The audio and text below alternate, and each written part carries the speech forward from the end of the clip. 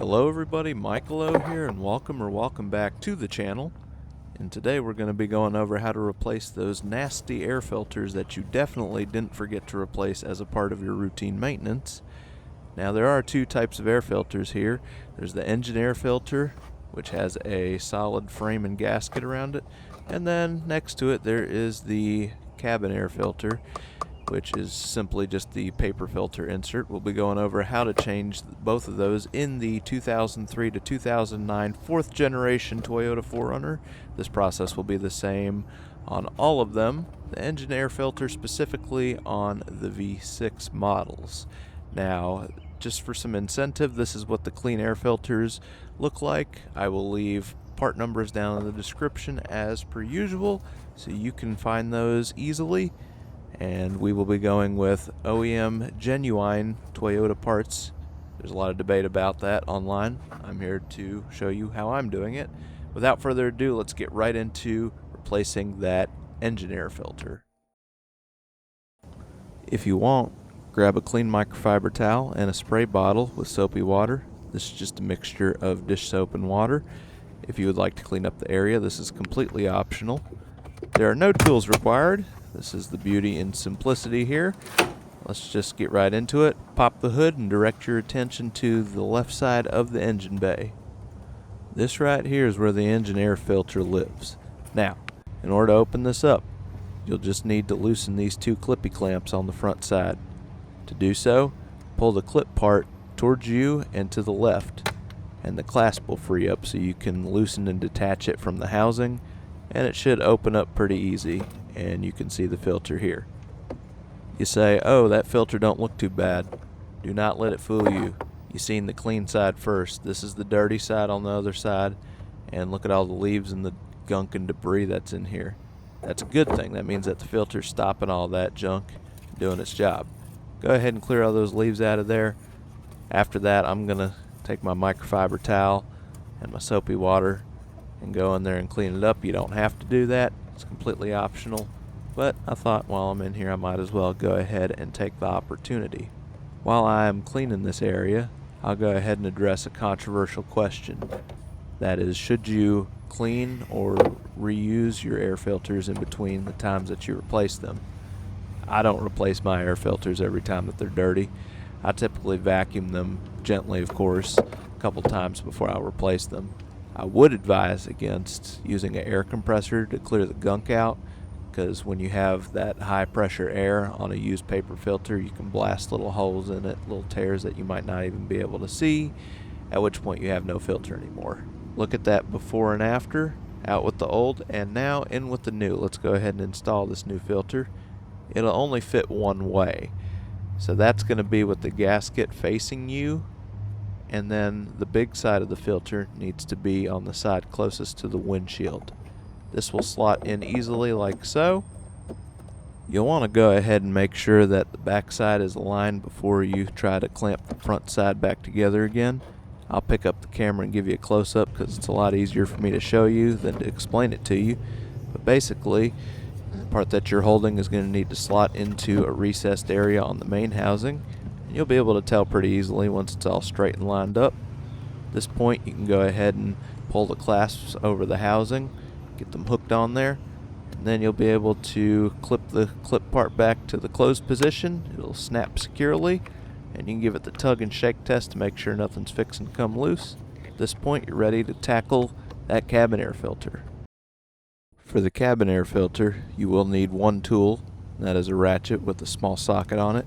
In my case, it's an 8mm because the bolt holding the shock absorber to the glove box is an 8mm bolt that I put in there myself. In your case, it's probably going to be a 10mm because I believe that's the original size. Go ahead and clear all the goodies out of your glove box. And now you'll be able to take your socket and loosen up that bolt that holds the shock absorber to the glove box. Once you get through loosening this bolt, go ahead and take it out and put it in a safe place so that way you don't lose it. At this time, you should be able to detach the shock absorber from the side of the glove box, and you can push it back out of the way. Next step is going to be to take out this glove box, which, if you've not done this before, it's really not that difficult. On the outside of the quote-unquote side walls of the glove box in the back, you'll see two plastic tabs, one on each side. These act as stoppers whenever the glove box is fully open. Simply squeeze the side walls inwards until the tabs pop free. Now simply pull the glove box up and out towards you. This will free up the hooks on the bottom of the glove box from the hinge points on the bottom of the dash. With your glove box now taken out and set to the side, you'll now see your cabin air filter slot right above your blower motor. You'll see release tabs on the left and right ends of the slot. Go ahead and push those inwards towards each other until they click, at which point you can pull the filter straight out towards you with ease. As you remove it, go ahead and take note of the positioning and direction of this air filter, because you're fixing to have to put the new one in the same way you took this one out. Just look at the filth on this. Bear in mind that if you have the AC or the heater running, this is the air that's blowing out on you that you're breathing in. So you definitely want a clean filter, such as this one. There's you a good side-by-side comparison on it. Stepping out of the vehicle, so that way we don't make a mess on the floor, you'll notice that there are 4, or in my case 3, plastic tabs on the outside edge holding the filter to its tray. You'll just need to pop up the back end of the filter and slide it out straight away. You don't have to be as careful with your old filter, but your new filter will need to slide right in just like the old one slid out, but in reverse. Just be more gentle with your new filter, so that way you don't damage your brand new filter before you even get to use it. Now, like I said earlier, this does need to go in a certain way. You'll notice that there is a lip on one side of the filter.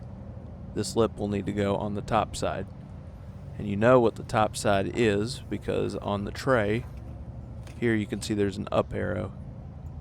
The other thing is, whenever you have this panel that says up and the arrow facing you, this is of course the way that you would slot it into the vehicle.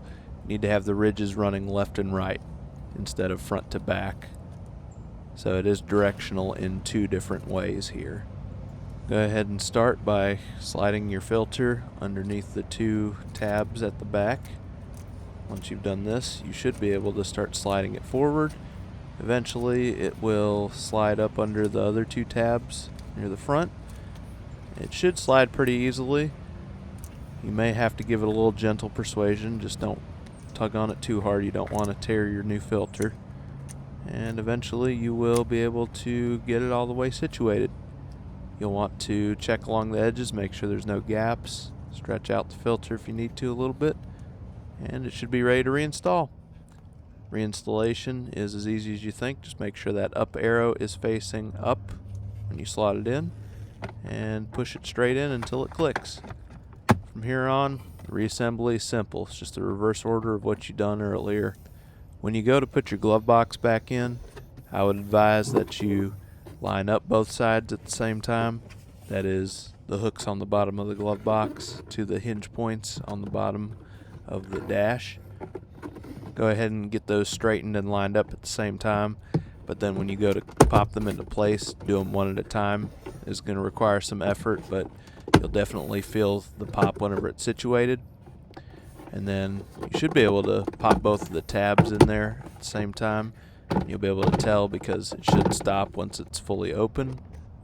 Next, pull your shock absorber forward and get it into position. Then tighten down your bolt from earlier. Doesn't have to be torqued, just needs to be nice and snug. And yeah, that should be about it. You can put your goodies back in your glove box, and you are good as gold. Just for you to see, here's some footage of the old dirty filters and then the new clean ones, before and after shots, if you will. If you made it this far into the video without falling asleep to the sound of old monotone mic, I commend you for it. Go ahead and hit the like button if this was helpful in any way. And if you haven't already, go ahead and subscribe to join our community here. And hit that bell for the notifications, that way you will be the first one to know whenever a fresh new video drops.